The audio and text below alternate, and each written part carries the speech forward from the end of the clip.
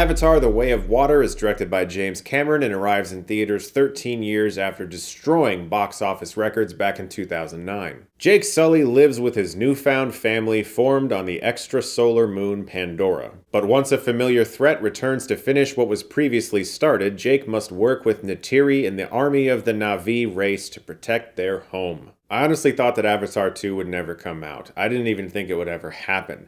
It's been pushed back so far, it's been delayed for so long, and James Cameron is notoriously such a perfectionist and wants to invent new technology every time he touches a camera that I just assumed this movie would never happen. And I'll admit to being disappointed that he had basically invested so much time of his life and of his career into the Avatar universe. I like the first Avatar. I just rewatched it last night. I think it's a visually dazzling movie. Story-wise, it's been done before, just in different ways. But, of course, it's undeniable that it was a technical achievement, and it is a very entertaining, fun, crowd-pleasing movie. But it's not my favorite James Cameron movie, and I was hoping that he would lean more into something else. Nevertheless, here we are with Avatar 2. It actually did happen, and I remember when I heard the news article that he had already shot all of these sequences for the sequels even after this film, and I was like, oh wow, he really is like just working on this as long as he wants.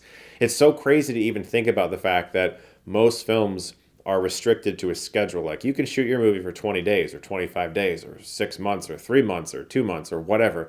James Cameron seems to just like wake up and just work on Avatar every day forever. But that's what happens when you've made the amount of great films that he has. He is truly a master of his craft. And if you ever actually have heard him talk about movies and the way he approaches filmmaking, like with his masterclass course that I watched, it's really inspiring to hear just how in-depth he thinks about every single thing from a technical perspective in his film.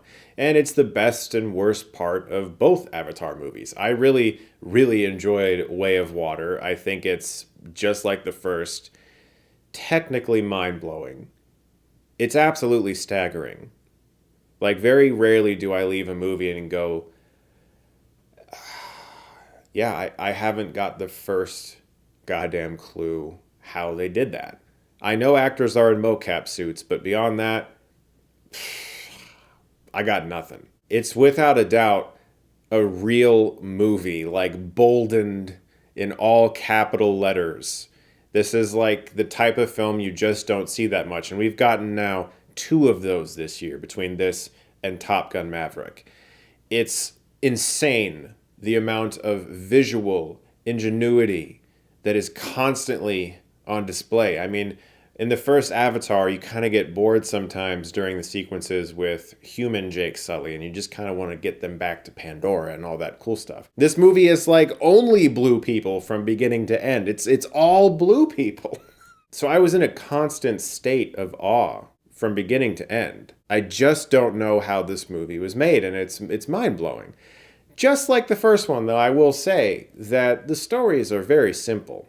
We've seen stories like this before, and that seems to be the trick of the Avatar franchise thus far, anyway. You tell a very simple story that's appealing to anyone, something like protect those you love. And then you paint that story on a massive canvas of otherworldly technology and places and things you've never seen before. But the true trick of the Avatar franchise that James Cameron has pulled off thus far is that both the first film and this film contain a very valuable message about our environment. Obviously, the first one was about protecting our forests, and this one is about protecting our oceans.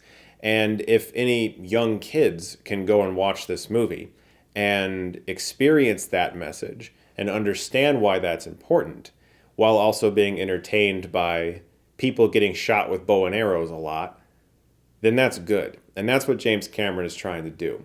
And that's very clear. I mean, even in his real life, he's done a lot of activism for the environment. And so that's very important to him. And so if you appreciate the planet we live on and hope to preserve it, then Avatar 1 and 2 are going to have a deeper meaning for you and are going to feel more impactful. But that really is the trick of all crowd-pleasing audience entertainment, right? Big movies. It's always simple stories told in a very big way. I mean, Top Gun Maverick is just a dressed-up surrogate father-son story, right? I mean, that's what it is at its core, and it's great. but there's also jets, and it's amazing and fun. James Cameron has definitely tapped into the way to make these types of stories appealing. They just require a lot of goddamn time and money to do it the way he wants to. But just like the original Avatar, for the first half of this movie, I didn't find myself emotionally engaged all that much. You know, you're learning the environments you're in, you're feeling out the characters, you're establishing a lot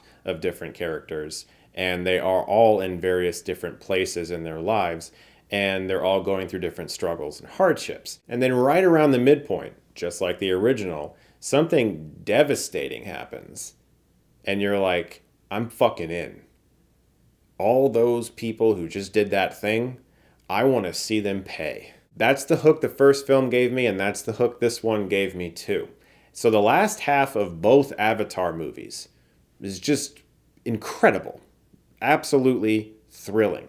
The first half of both Avatar movies, I didn't really find myself all that engaged.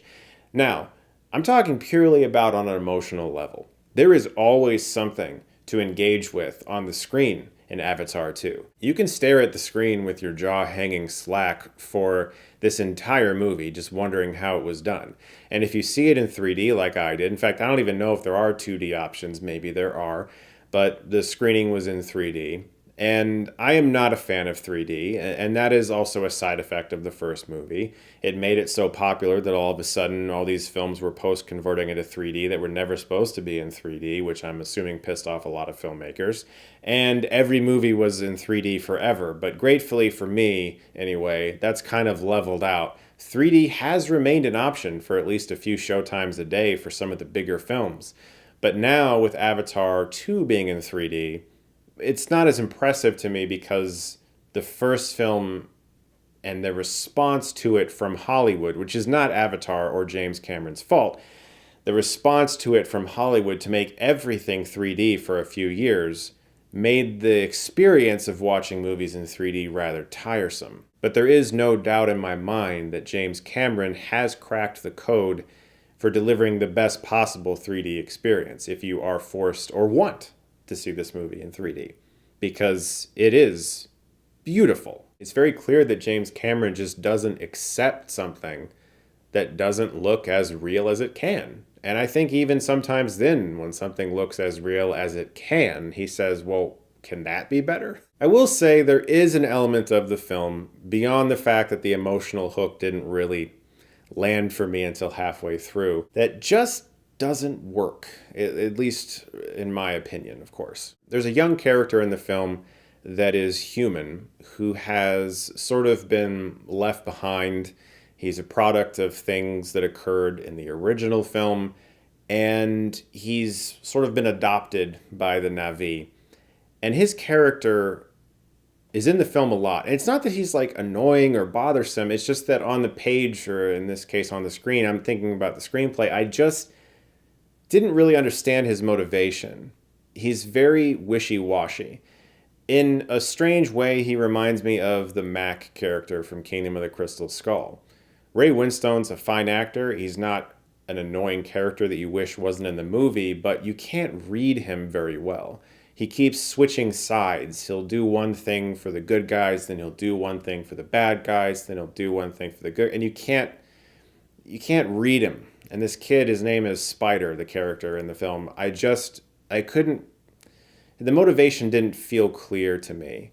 And I wish that storyline landed better because it includes some important elements. Similar to the first, I think the thing that most people are going to be talking about is the final hour of The Way of Water, because it is just nonstop. I mean, it's constant action, drama, suspense, and tension. And Cameron does some very interesting things with the dynamics of parents and their children, and the roles they play, and how one can help the other or not help the other. And of course, at the end of the day, the thing that's, I think, hopefully really going to stick with people is just that we need to protect our oceans. And I really admire Cameron for using this broad audience entertainment to hopefully convey a deeper message that could potentially enact people to take some things seriously that maybe they weren't thinking about before. Odds are, if you like movies, you're probably going to go check out Avatar: The Way of Water in theaters, but I do encourage you to, because anytime a big movie comes out in the theaters, I'm glad to see theaters supported. And even though this is technically a massive IP, it is an original thing that Cameron just kind of invented. And it's this world that's supported by 2 films and over a decade of work. So, you can spend a few hours and go see it. Guys, thank you so much as always for watching. Look forward to more videos very soon. And if you like this, you can click right here and get stuckmanized.